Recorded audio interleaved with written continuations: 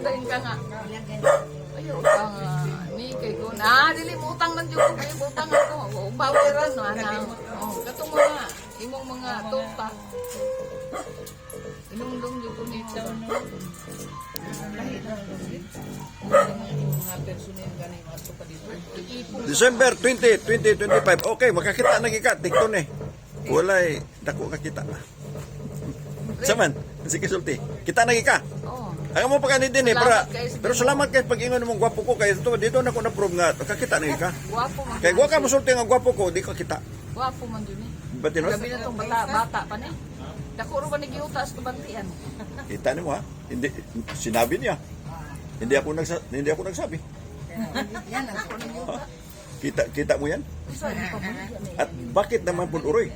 Puro ba? Wala eh. Tagalog, tinagalog mo niya ako tinagalog. Paringan sa kay.